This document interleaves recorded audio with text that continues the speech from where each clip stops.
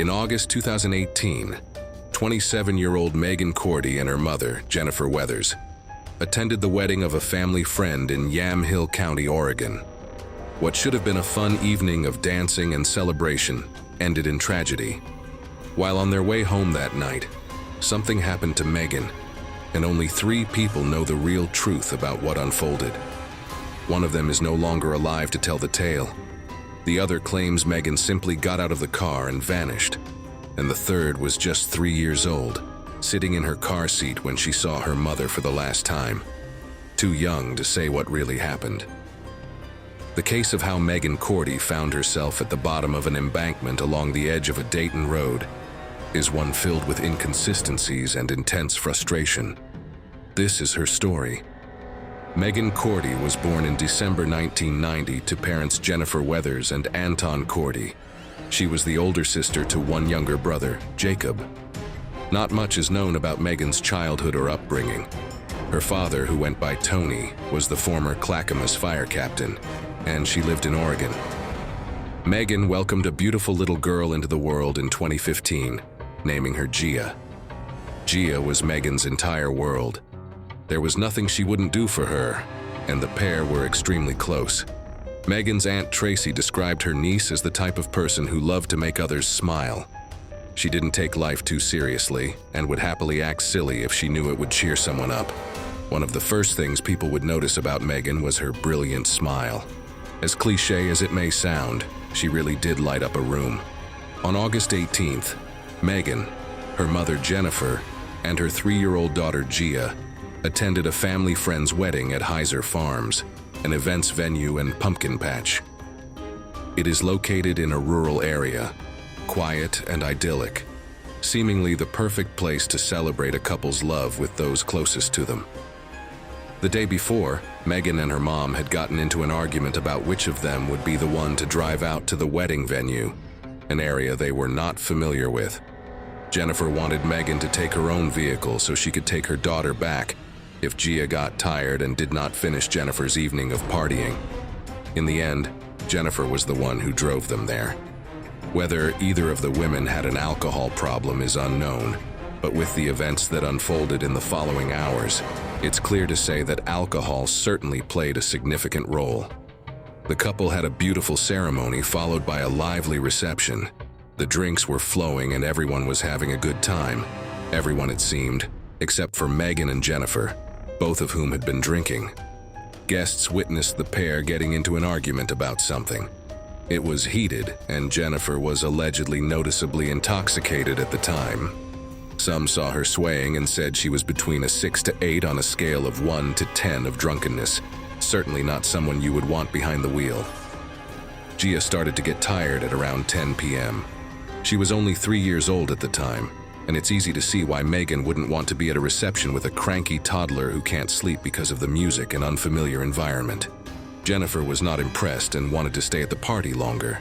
She allegedly said to Meighan that exactly what she said was going to happen did happen, referencing her having to leave early because of Gia. When they left, Jennifer was driving and Meighan was in the front seat. Gia was strapped into her car seat in the back. The argument continued in the vehicle, and after driving a short distance, Jennifer stopped and Meighan got out. Her cell phone pinged in this location, which is how the authorities know this occurred. They carried on arguing before Jennifer convinced Meighan to get back into the car. This time she was sitting with Gia in the back seat. While on the road, Meighan placed a call to her boyfriend, and he could hear the argument still going on between the pair in the background. It was fiery, and there was screaming. Some reports suggest Meighan told her boyfriend that Jennifer was drunk. Once that phone call ended, Meighan's boyfriend would never speak to her or see her alive again. The following version of events is what Jennifer told the authorities in the days after this dreaded car ride. Jennifer says Meighan, angry because of their fighting, demanded she stop the car so she could get out. Jennifer did just that, and Meighan got out, leaving her phone and shoes in the car. Jennifer shouted out the driver's side window for Meighan, but said when she turned the car around to look for Meighan, she was nowhere to be seen. She then spent the next 30 minutes driving up and down this section of road looking for Meighan before deciding to go home, stating that she wanted to get Gia back home. Jennifer said she thought Meighan either got a lift with someone or made it back to the wedding venue. Jennifer went home that night, got into bed and fell asleep, all while not knowing if her daughter had made it home safely. She hadn't. Hi, is this a number I call for a non-emergency? This is the dispatch center non-emergency number. How can I help you? I'm sorry. My daughter has been missing since last night, and I'm getting kind of worried because she's supposed to work in 10 minutes, and I haven't heard anything from her. We were at a wedding, and she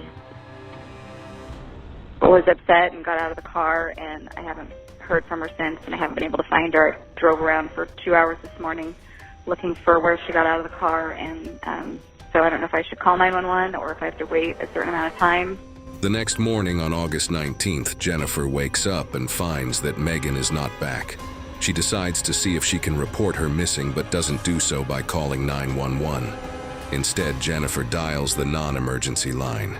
In the call, she states she spent 2 hours that morning looking for Meighan, but has been unable to locate her. No, there's never a certain amount of time that you have to wait.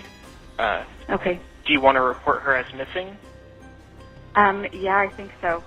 Where was she missing from? I've checked the hospitals and I've checked the jails, and she's not in either one of those. So, the wedding was at Heiser Farms in Dayton, Oregon.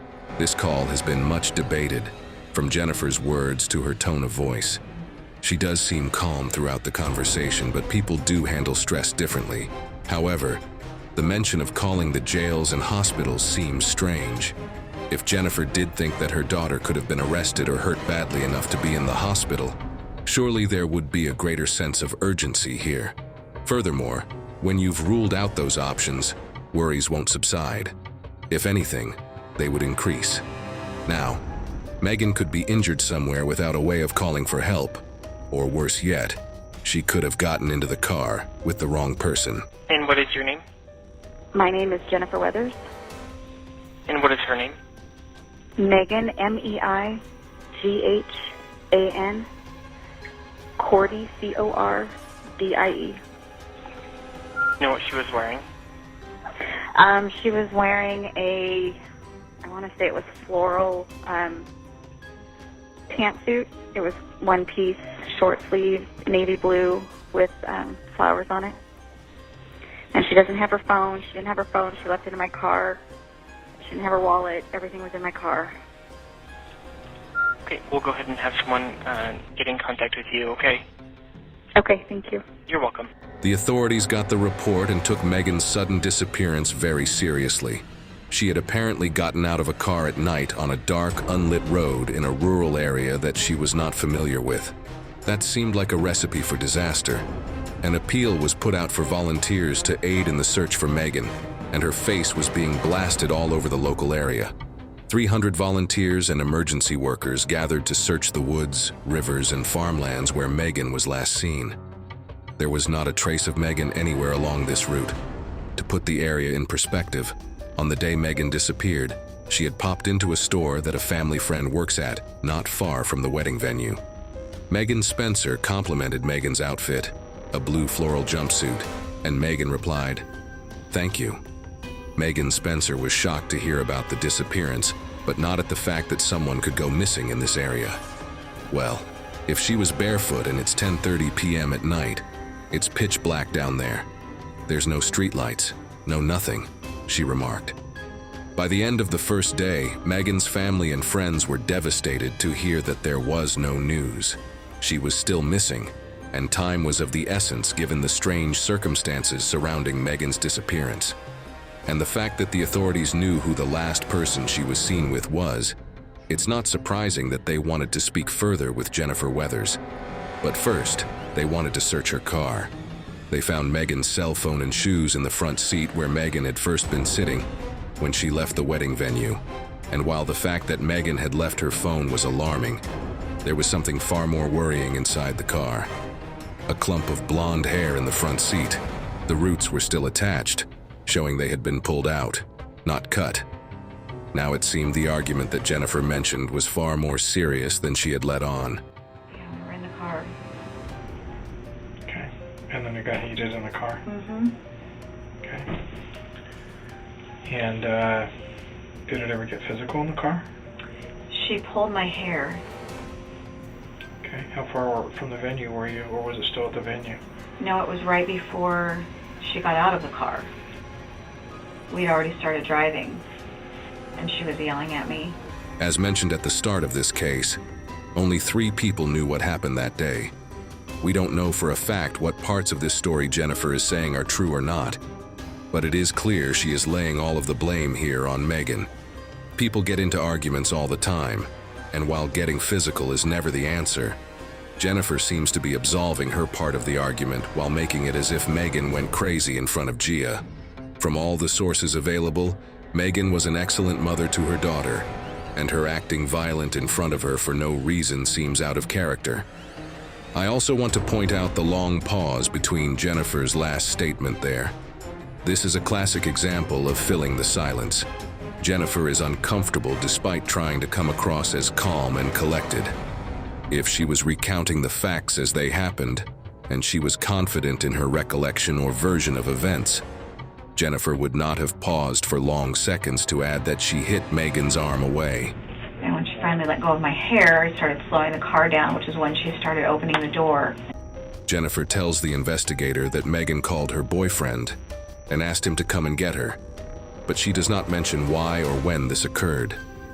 Given the wedding guests who said Jennifer was significantly intoxicated, was Meighan worried about how her mother was driving? If she was, why would she leave her daughter in the car with her? Cursing back and forth at one another and really getting ugly like that.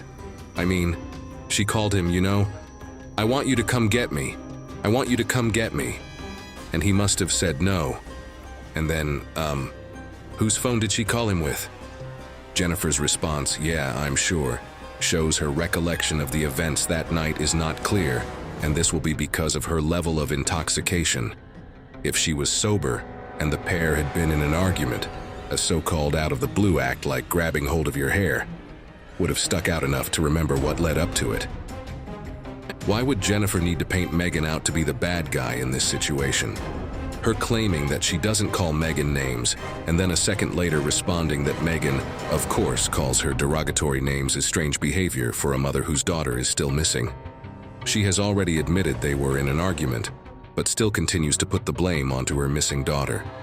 This behavior possibly wouldn't stand out if Jennifer's general demeanor wasn't so cheerful. Once again, her daughter is missing. Trying to get her to let go of my hair, she finally lets go of my hair. Car starts slowing the car down. She's like, I'm going to get out. And I'm like, you're not getting out of the car. You're not getting out of the car. And I was almost to a stop and she started opening the door, which is why slowing down. And I was almost to a stop and she just opened it and jumped out. So then I stopped the car and got out and walked around it, closed her door that she had jumped out of, and I was looking for her. I couldn't see her anywhere. I'm calling her name, and she's not answering me. I can't leave the car because Gia is in it, so I'm just calling her name, get back in the car, and I can't see her anywhere. So I got back in the car and turned it around, because I figured with the direction she jumped out, she'd be heading the opposite way. So I got back in the car and turned around and tried to find her with the headlights. I had the windows rolled down, and I'm just calling her name, calling her name, calling her name. She's just not answering, and I couldn't see anything. In case that wasn't clear, Jennifer was asked what Gia was doing. After a long pause, she softly responds, I don't know. Another lengthy pause follows, and then the phrase, crying, I would imagine. So I drove back and forth, I don't know, probably for about a half an hour, trying to find her. I called Burr at some point, but he didn't answer his phone. And then Gia was crying, oh my God, I can't believe she was there for all of that. Oh my gosh. Once again, Jennifer is showing concern for what Gia witnessed, and not for the fact that Meighan is missing. Is this normal for Meighan to flip out like this? After 4 days of intensive searching, the authorities were forced to call off the search.